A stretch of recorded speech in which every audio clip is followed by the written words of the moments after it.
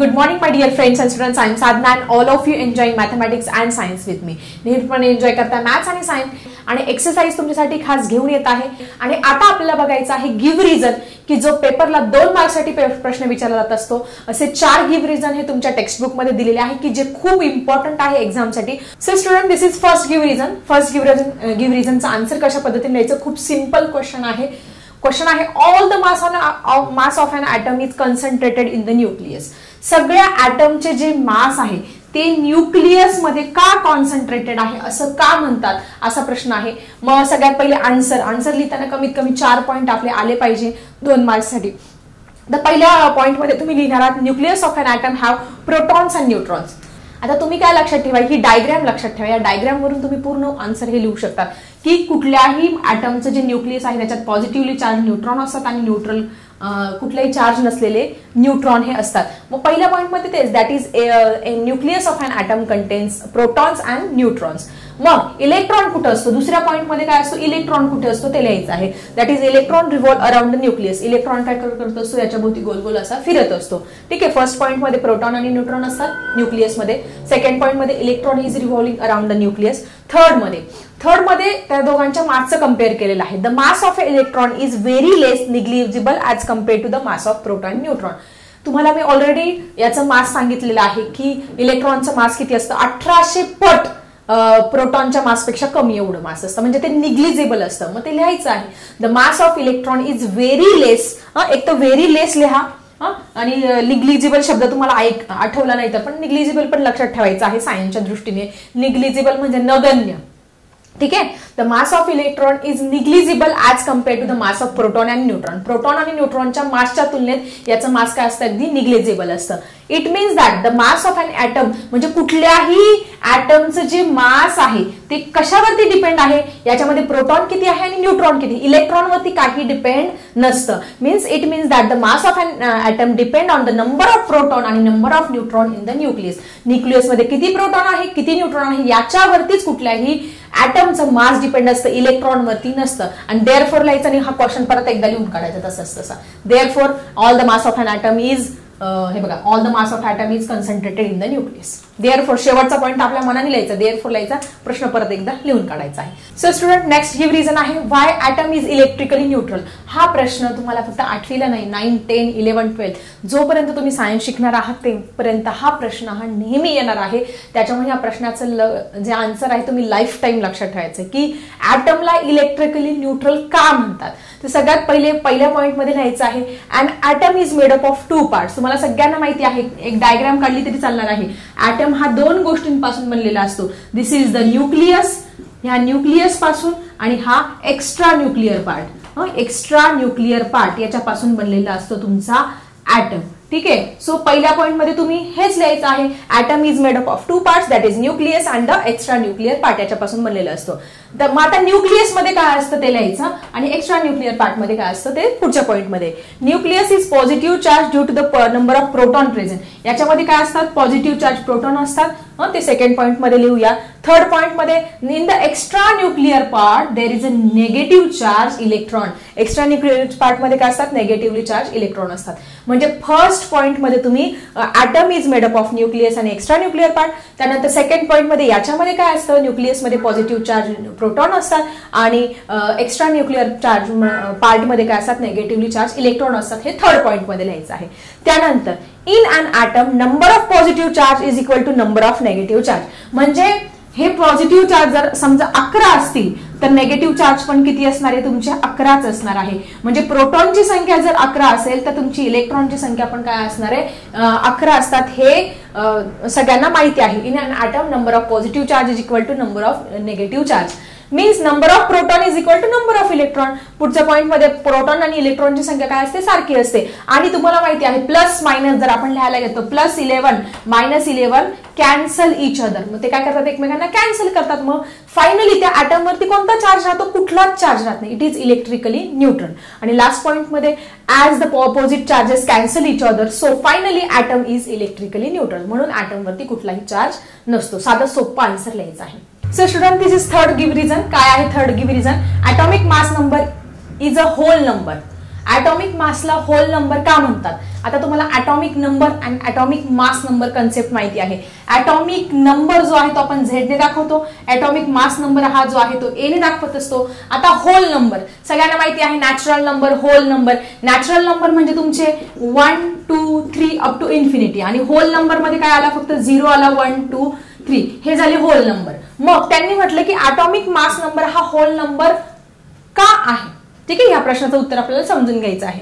Atomic, आता सगळ्यात पहिले फर्स्ट पॉइंट मध्ये तुम्ही काय लिहिणार आहात? You have to write down the definition of atomic mass number. Atomic mass number म्हटलंय ना, ॲटॉमिक मास नंबर म्हणून आपण पहिल्या पॉइंट मध्ये लिहिणार आहोत ॲटॉमिक मास नंबरची डेफिनेशन. काय आहे डेफिनेशन? खूप simple. The total number of protons and total number of neutrons in the nucleus of an atom is called as atomic mass number. की त्याच्यामध्ये प्रोटॉन किती आहेत, न्यूट्रॉन किती आहेत, या दोघांचं मिळून काय बनत असतो? तुमचा ॲटॉमिक मास नंबर बनत असतो. ही पहिली डेफिनेशन सगळ्यांना माहिती आहे. सेकंड पॉइंट मध्ये as a protons and neutrons are whole number. Proton आणि न्यूट्रॉन काय आहे? Hole number. होल म्हणजे पूर्ण संख्या आहेत. अशा आहेत का 1/2, 3/5, 6/5? असं तुम्ही कधी ऐकलंय की या ॲटम मध्ये 6/5 प्रोटॉन आहे, या ॲटम मध्ये 3/5 इलेक्ट्रॉन आहे? समजा हा एक ॲटम आहे आणि हा याच्यामध्ये इलेक्ट्रॉन हा रिव्हॉल्व करतोय, हा याच्यामध्ये 5/2 प्रोटॉन आहे. असं कधी ऐकलंय का? नाही. दिस इज नेव्हर पॉसिबल. प्रोटॉन आणि न्यूट्रॉनची संख्या नेहमी काय असते? होल नंबर मध्ये, म्हणजे पूर्ण संख्येमध्ये असते. As the protons and neutrons are whole number. मग प्रोटॉन आणि न्यूट्रॉनची संख्या जर होल नंबर मध्ये असेल तर मग ॲटॉमिक मास नंबर पण काय असणार आहे? तुमचा होल नंबर. समजा एक ॲटम आहे, त्याच्यामध्ये 6 प्रोटॉन आहे आणि 6 न्यूट्रॉन आहे, मग त्याचा ॲटॉमिक मास नंबर काय झाला? 6 + 6 = 12. 12 पण काय झाला? तुमचा होल नंबर झाला. पूर्ण संख्या झाली. म्हणजे अपूर्ण संख्या नाही किंवा परिमेय संख्या नाही. देअरफॉर, आणि क्वेश्चन लिहून काढायचा, देअरफॉर नंतर हा क्वेश्चन असाचा असा कॉपी करायचा. The atomic mass number is a whole number. किती सिंपल क्वेश्चन आहे. पहिल्या पॉइंट मध्ये ॲटॉमिक मास नंबरची डेफिनेशन, दुसऱ्या पॉइंट मध्ये number of protons and number of neutron, they are whole number. त्यांची संख्या होल नंबर असते, म्हणून ॲटॉमिक मास नंबर काय असतो? तुमचा होल नंबर असतो. So in this way we clear the third give reason also. Now we have to see the last give reason in your text book. तुमच्या question number 2 मधलं last give reason आहे. काय question आहे समजून घेऊया. Atoms are stable through negatively charge electron are revolving within it. जरी negatively charge electron त्या atom भोवती फिरतोय तरी हा ॲटम स्टेबल का आहे? आपण पहिल्या प्रश्नामध्ये पण बघितलं की पूर्ण ॲटमचं सगळं मास कशामध्ये असतं? तुमच्या न्यूक्लियसमध्ये असतं. सो फर्स्ट पॉइंट मध्ये आपण लिहिलं total mass of an atom is concentrated in the nucleus. In the nucleus there are positively charge proton and present in it. मग याच्यामध्ये काय असतात? पॉझिटिव्हली चार्ज प्रोटॉन हे प्रेझेंट असतात. सेकंड पॉइंट मध्ये आपण काय पहिल्या पॉइंट मध्ये कॉन्सन्ट्रेटेड असतं, सेकंड पॉइंट मध्ये त्याच्यामध्ये पॉझिटिव्हली चार्ज काय असतात? प्रोटॉन असतात. थर्ड पॉइंट मध्ये त्याच्यामध्ये इलेक्ट्रॉन रिव्हॉल्व होत असतात, ते लिहिणार आहोत. Negatively charge electron revolve around the nucleus.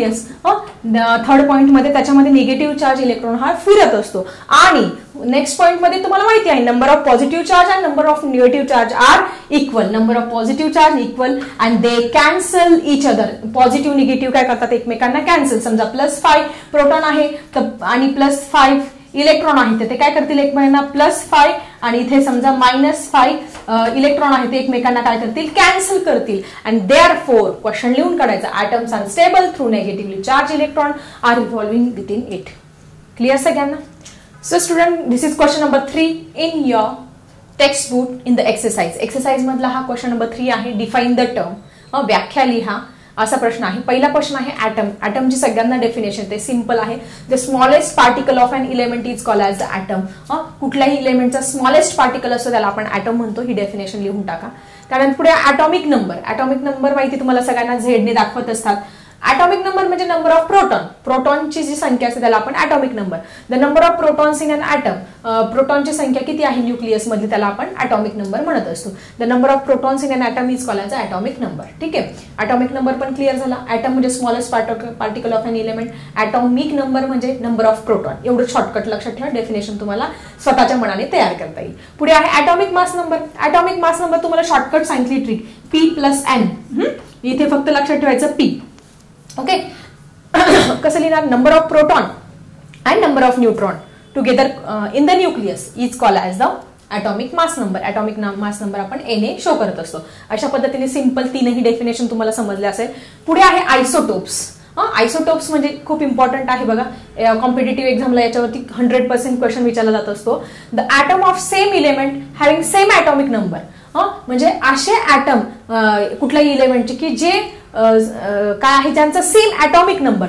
Atomic number काय आहे त्यांचा सेम, म्हणजे जो झेड आहे तो झेड काय आहे सेम आहे, but different atomic mass number. पण त्यांचा जो ॲटॉमिक मास नंबर आहे ए आहे तो काय आहे डिफरंट आहे, त्याला आपण आयसोटोप्स म्हणत असतो. तुम्हाला यावर्षी फक्त आयसोटोप्स आहे, आयसोबार्स हे पुढच्या इयत्तेमध्ये आहे. आयसोबार्स मध्ये काय असतं, उलट असतं. हे जो असतो हा चेंज होतो, वरचा कॉन्स्टंट असतो. पण आयसोटोप्स मध्ये काय असतो, ॲटॉमिक मास नंबर चेंज झाला असतो, ॲटॉमिक नंबर कॉन्स्टंट असतो. फॉर एक्झाम्पल आपण कार्बनचं एक्झाम्पल घेतलं, कार्बन ह्या इथे सगळ्यांमध्ये C6 आहे, पण त्याचा ॲटॉमिक पहिल्या कार्बनचा ॲटॉमिक मास नंबर आहे 12, दुसऱ्याचा 13, तिसऱ्याचा 14. C612, C613, C614. All these are the examples of isotopes. Isotopes म्हणजे same atomic number but different atomic mass number. ठीक आहे, डेफिनेशन तुम्हाला समजली असेल. पुढे आहे moderator in the nuclear reactor. Moderator म्हणजे काय? मॉडरेटर म्हणजे the substance which reduces the speed of fast moving neutron. जे फ्युजन प्रक्रियेमध्ये जे फास्ट मुव्हिंग न्यूट्रॉन आहे त्याचा स्पीड कमी करण्यासाठी जो सबस्टन्स वापरतात त्या सबस्टन्सला आपण मॉडरेटर म्हणत असतो. The substance which is use to reduce the speed of fast moving neutron. चला भेटूया अशाच इंटरेस्टिंग टॉपिकसह नेक्स्ट व्हिडिओमध्ये. आता मी थांबते. Bye everyone.